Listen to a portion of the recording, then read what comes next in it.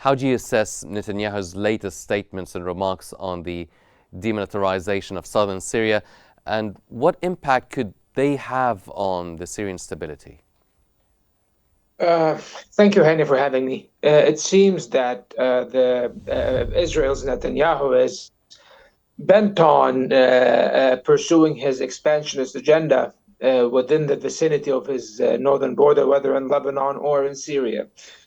Since the fall of the Assad regime in Syria, Israel basically invaded the buffer zone that separated the occupied Golan Heights from Syria proper, occupied all of it, even went beyond occupying the strategic Jabal al-Sheikh, and also even marching into the southern the southern countryside of Damascus, and even reaching now, as of yesterday, they have reached the countryside of Daraa.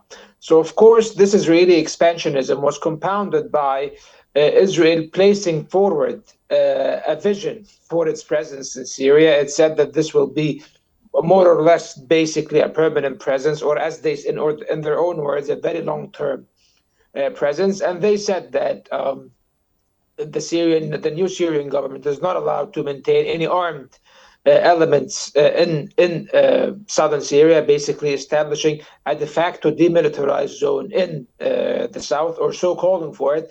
And today, even Gideon Sa'ar, the Israeli foreign minister, described the new regime in Syria as a regime presided over by a terrorist organization. He said that they shared some goals when Assad was toppled, however, that they have their profound differences with them.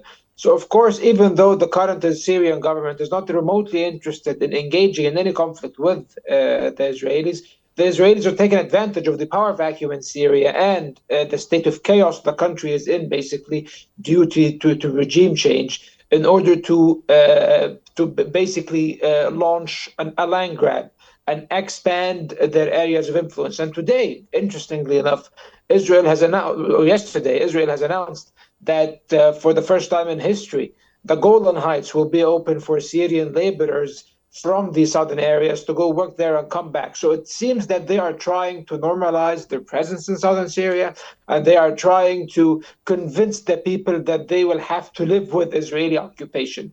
So, of course, the natural response from the Syrian people was outrage, calls for demonstrations, and actual demonstrations that happened, and it was cross-sect. Several sects participated, not only the Sunnis, but also the Druze were outraged by Israel's rhetoric. So it seems that the Syrian people will not easily accept their lands being occupied by the Israelis. However, there is nothing much they can do. However, today there was a relatively positive sign of Syrian officials taking the matter seriously, when the National Dialogue Conference today, in their concluding points of their final readout or statement, they condemned Israel's land grabs, and they demanded that Israel withdraw from the territories they occupied. However, beyond rhetoric, it doesn't seem that Ahmad al-Shara's